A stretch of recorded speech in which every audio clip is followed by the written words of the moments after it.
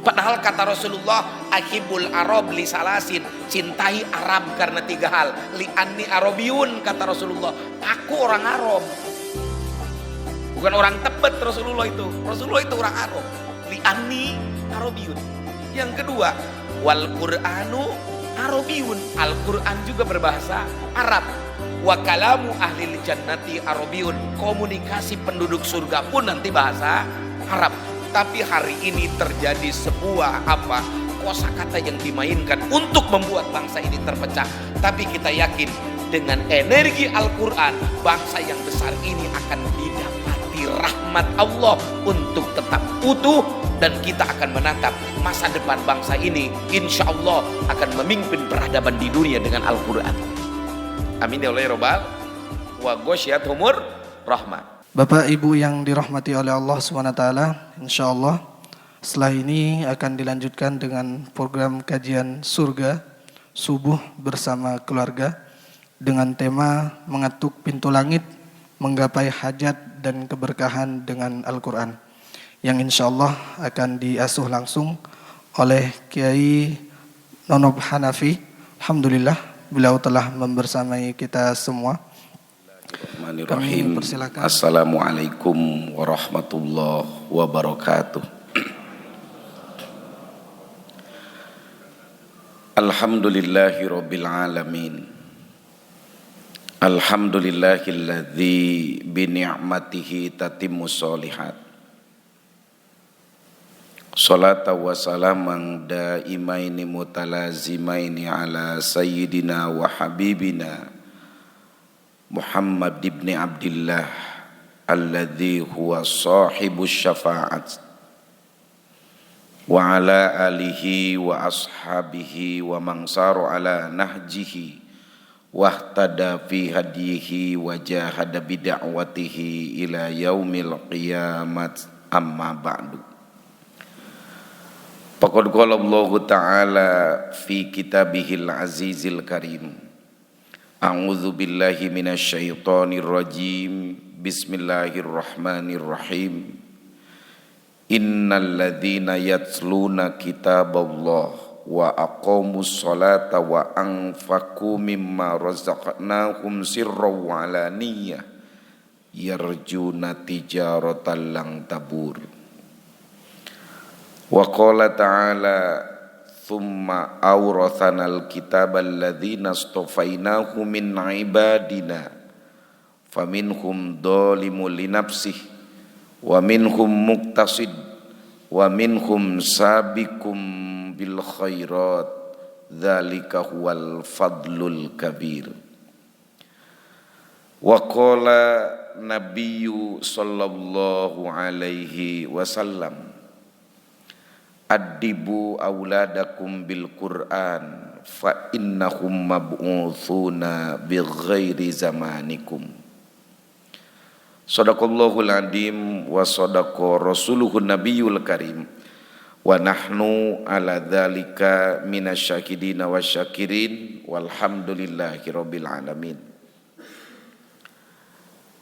Hadirin para jamaah Masjid Fatimah Muhammad yang saya cintai, saya hormati, dan insya Allah dibanggakan Allah dan para malaikat. Pertama-tama marilah kita panjatkan puji dan syukur kehadirat Allah Subhanahu wa ta'ala.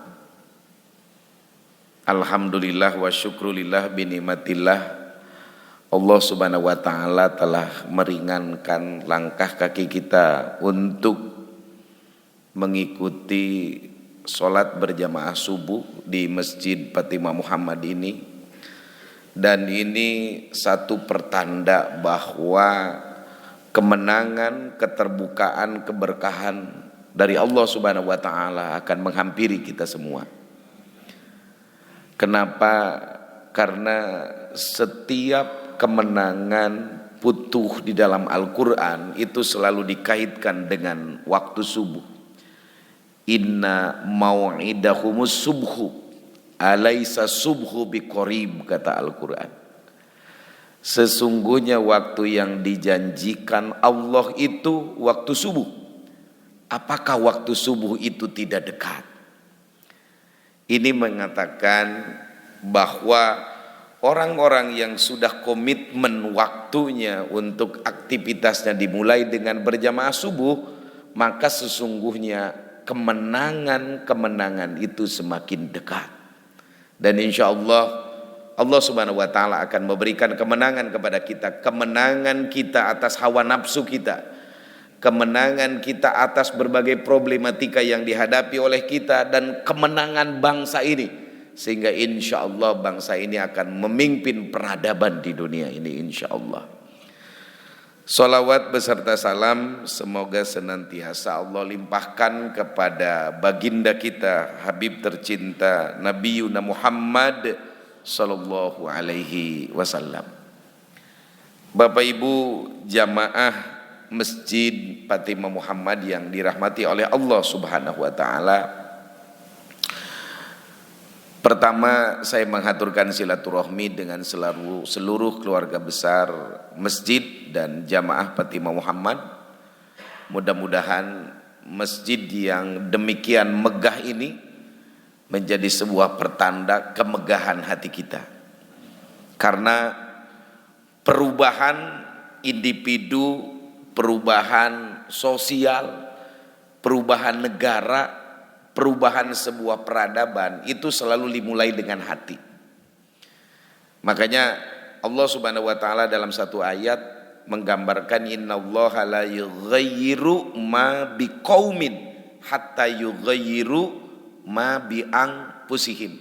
Sesungguhnya Allah tidak akan pernah merubah kondisi satu kaum, satu bangsa, kecuali bangsa tersebut merubah apa yang terdapat di dalam jiwanya.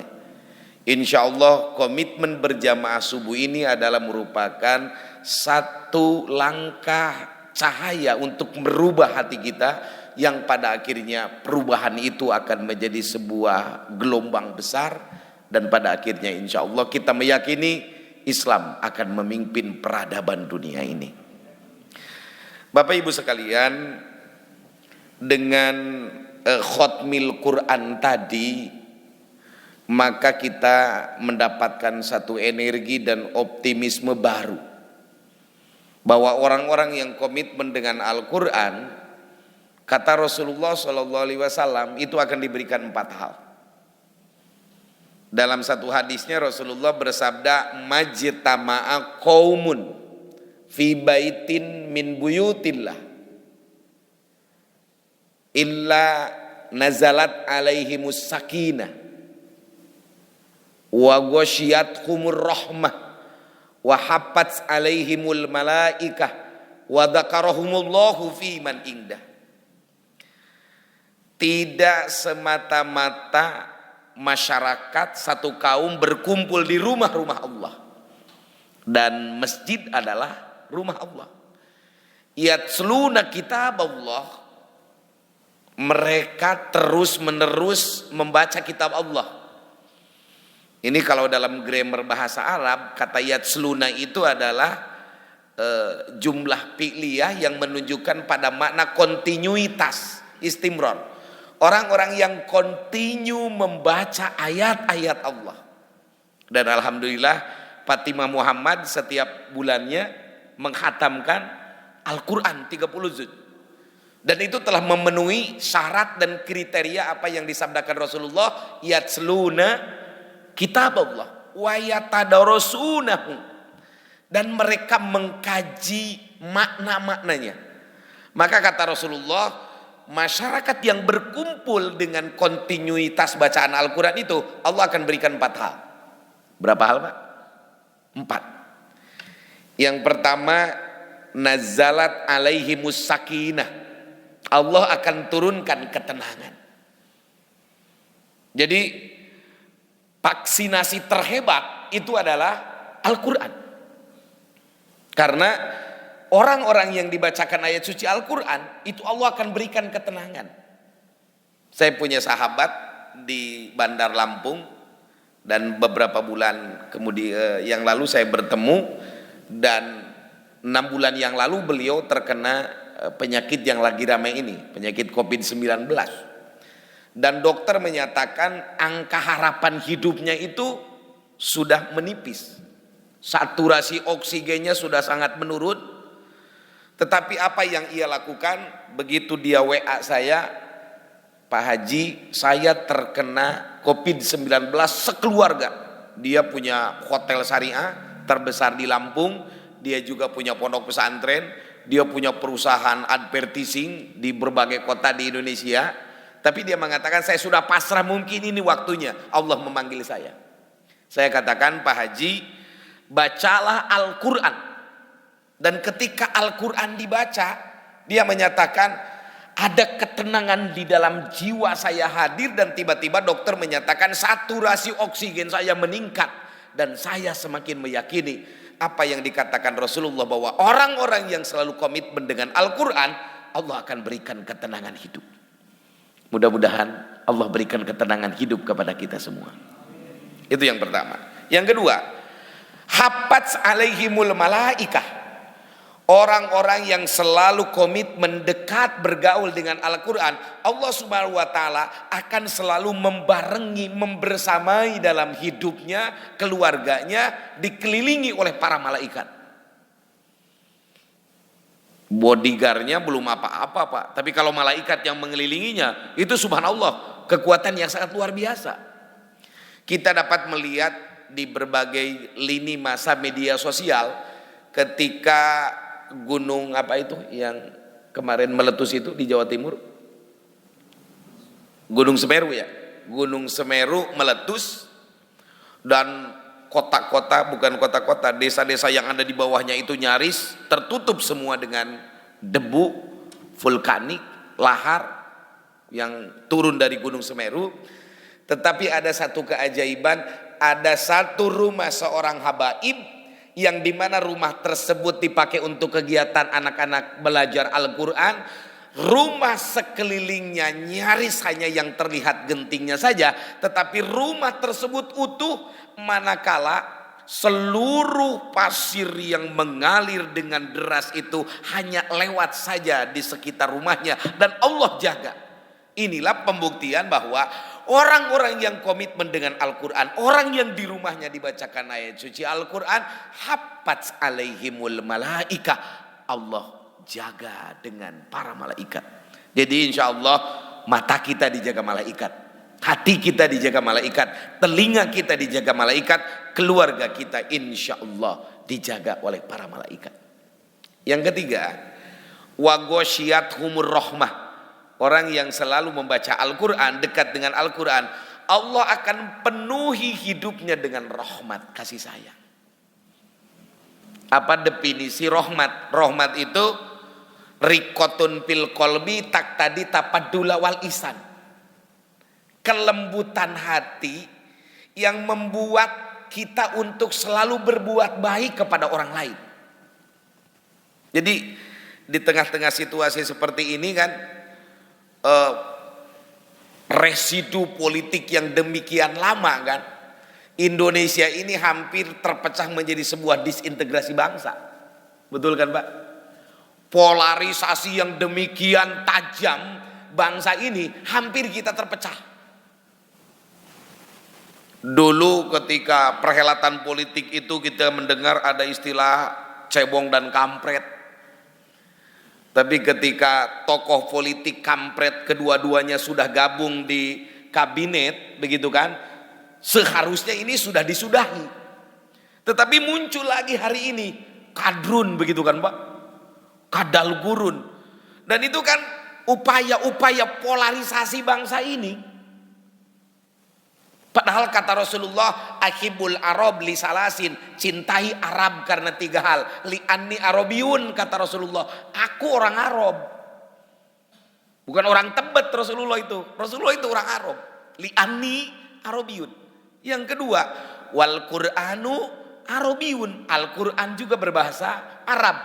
Wa kalamu ahlil jannati arabiyun. Komunikasi penduduk surga pun nanti bahasa Arab. Tapi hari ini terjadi sebuah kosakata yang dimainkan untuk membuat bangsa ini terpecah.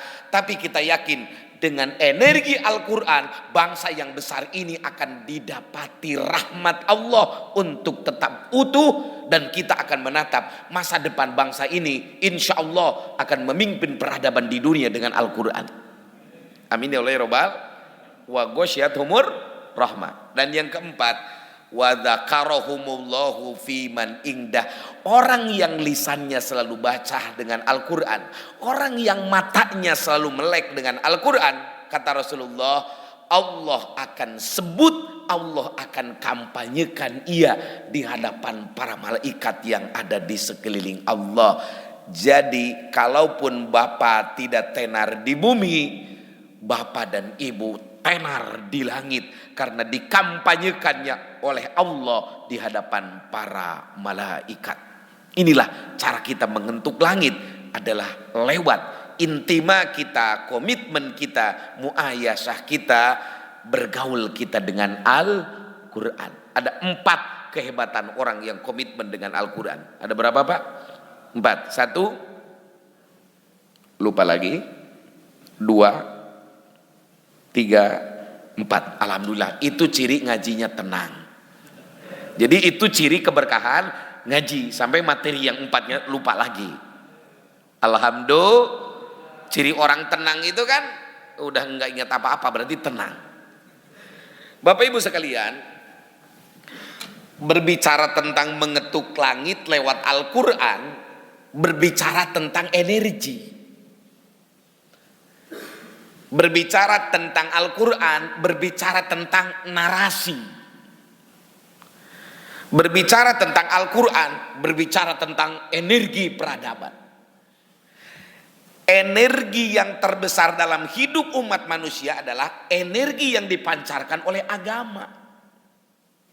Makanya salah besar kalau ada orang yang ngomong kurangi pendidikan agama dari sekolah agar negeri-negeri itu menjadi maju. Ini salah besar, karena energi terbesar dalam kehidupan umat manusia adalah energi yang dipancarkan oleh Al-Quran, energi yang dipancarkan oleh agama. Ketika orang jauh dari agama dan agama itu sumbernya dari kitab, maka sesungguhnya dia tidak akan mendapatkan energi hidup. Bapak Ibu sekalian, mari kita baca bagaimana langit ini merubah sebuah tatanan. Rasulullah itu dikatakan di dalam Al-Quran sebagai Nabiyil Ummiyi, nabi yang buta huruf. Kondisi masyarakat Mekah pada saat itu adalah para penggembala. Orang-orang yang menggembala domba, menggembala kambing, nyaris buta huruf. Dan pada saat itu peradaban dunia itu ada 2 pada saat itu. Ada 2 peradaban yang menguasai dunia bertahun-tahun, beratus tahun. Satu Persia, yang kedua Romawi. Dan setiap perubahan shifting dunia itu selalu 2. Ketika Persia dan Romawi hancur, maka kita mengenal di dekade 90-an ada kekuatan Amerika Serikat dan Uni Soviet. Ketika Uni Soviet tahun 1992 hancur di bawah pimpinan Mikhail Gorbachev, itu katanya asalnya orang Bandung, Cecep Gorbachev asalnya. Lewat politiknya Perestroika Glasnost itu hancur. Sekarang nggak ada yang namanya Uni Soviet, yang ada Rusia. Pimpinannya Vladimir Putin dengan tagline yang sangat terkenal di masyarakat dunia, hurra. Iya kan? Sekarang Uni Soviet hilang, muncul desolaran Amerika. Tapi sekarang muncul lagi sang penantang, rising star Asia, yaitu China. 2 kekuatan itu selalu digambarkan oleh Al-Quran. Di dunia pasti ada 2 pelanduk besar. Ketika Rasulullah terlahir, Bapak Ibu sekalian, Rasulullahnya buta huruf, masyarakatnya buta huruf. Tiba-tiba Al-Quran datang merubah itu dengan ayat pertama adalah Iqra, baca. Ini pintu langit. Pintu langit menjadi energi perubahan. Nabi yang buta huruf, masyarakat yang buta huruf, tiba-tiba oleh Allah diturunkan ayat Iqra, baca. Jadi ayat yang pertama adalah bukan perintah iman, bukan perintah ibadah, tapi perintah membaca. Karena perubahan selalu datang dari mindset, cara orang berpikir, cara orang membaca. Nah, kalau orang banyak membaca, Pak, maka itu dari hasil bacaan, dari hasil penglihatan itu akan menjadi khotiroh. Khotiroh itu lintasan pemikiran. Ketika Bapak lewat pada satu perumahan, contoh perumahan paling elit pertama di Indonesia itu Pondok Indah kan dulu. Ada Cineremas, terlintas ada rumah megah, maka Bapak pada saat itu di lintasan pemikiran itu masuk menjadi Dakiroh. Dakiroh itu apa? Memori. Saya ingin punya rumah seperti itu. Nah, dari Dakiroh itu, dari memori itu akan masuk ke relung hati, namanya pemikiran. Nah, menjadi jalan pikiran. Bagaimana saya mewujudkan rumah sehebat itu? Dari pikiran itulah akan masuk ke hati yang paling dalam, namanya azam. Azam itu bulat tekad. Itu runtuyannya. Dan ketika orang sudah punya bulat tekad, pasti akan berubah menjadi tindakan. Artinya apa? Cara Allah merubah manusia padang pasir yang hanya penggembala, tapi hanya dalam jangka 23 tahun Rasulullah sudah menjadi pemimpin dunia, itu dimulai dari membaca. Membaca akan menjadi lintasan pemikiran, lintasan pemikiran akan menjadi memori di dalam otak, otak yang pada akhirnya akan menjadi pikroh, pemikiran, dan pikroh akan menjadi azam, kebulatan tekad, dan kebulatan tekad akan membuah menjadi tindakan. Inspirasi Al-Quran yang harus kita baca adalah bahwa Al-Quran energi untuk perubahan diri, energi untuk perubahan masyarakat, energi untuk perubahan negara. Jadi mengetuk pintu langit lewat Al-Quran adalah menggali inspirasi, menggali energi agar Al-Quran ini menggerakkan umat untuk menjadi manusia-manusia engineering. Manusia-manusia apa? Pencipta. Mudah-mudahan umat Islam maju, amin. Mari kita baca Bapak Ibu sekalian. Islam ini pernah berjaya selama 900 tahun. Sampai saya membaca seorang pencipta Facebook, Mark Zuckerberg, apa itu namanya? Ya, Mark Zuckerberg. Ya, gitulah bacanya. Seorang Mark Zuckerberg ini kan, dia seorang anak muda, keturunan Yahudi, menikah dengan orang Tiongkok.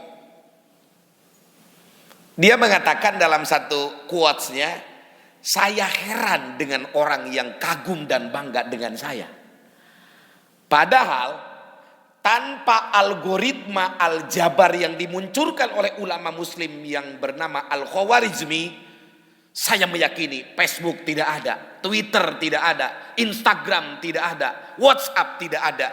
Karena semua itu adalah muncul karena teori algoritma yang dimunculkan oleh seorang ulama besar Islam, Al-Khawarizmi.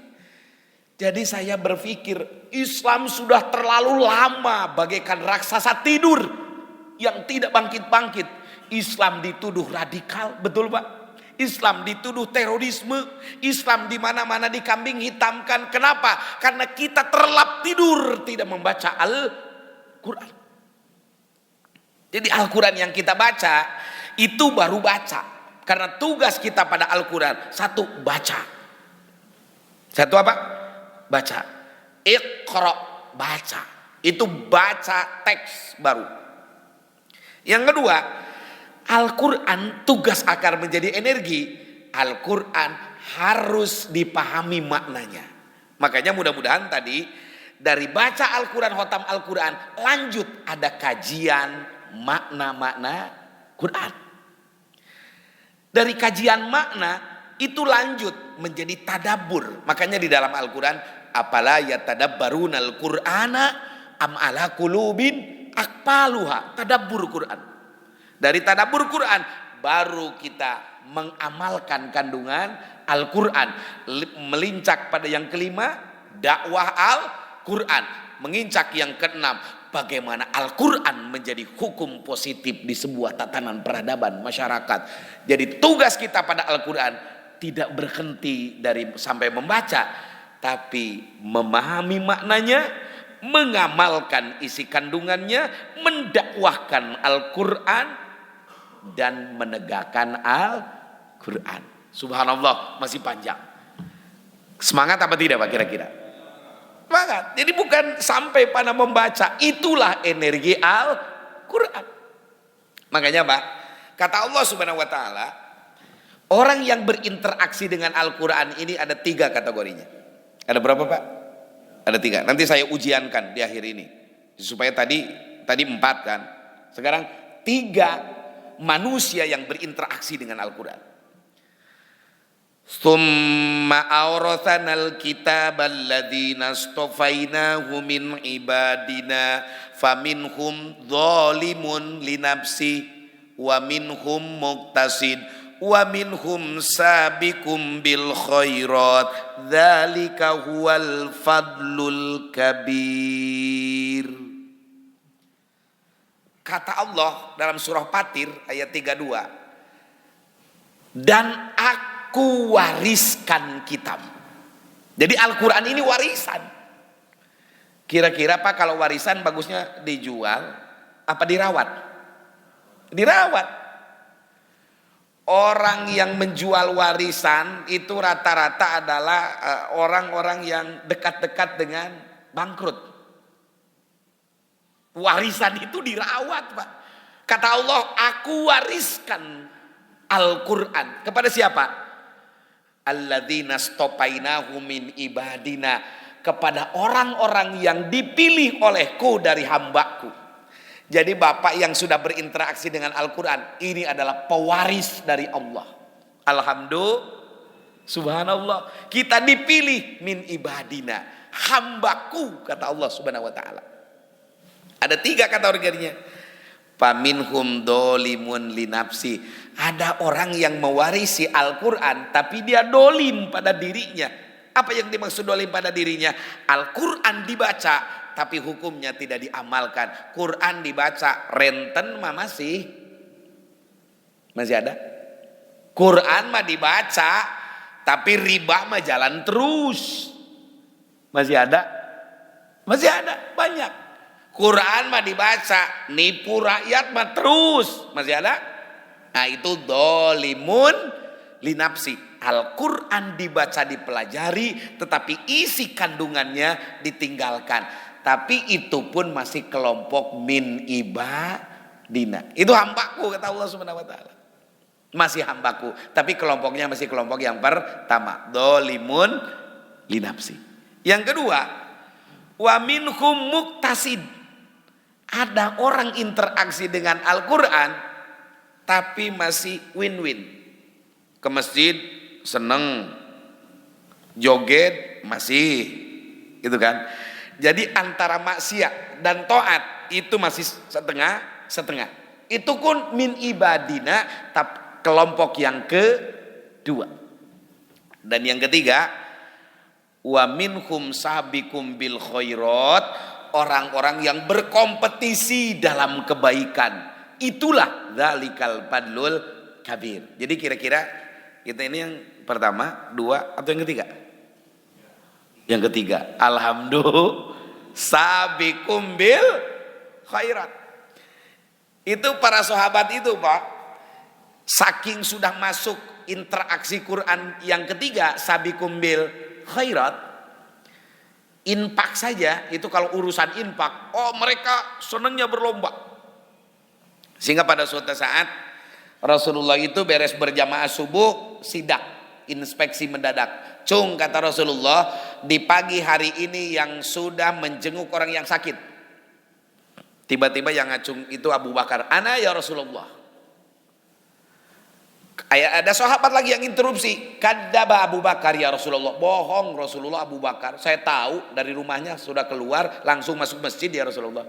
Kata Rasulullah, wa kaifa Abu Bakar? Bagaimana Abu Bakar?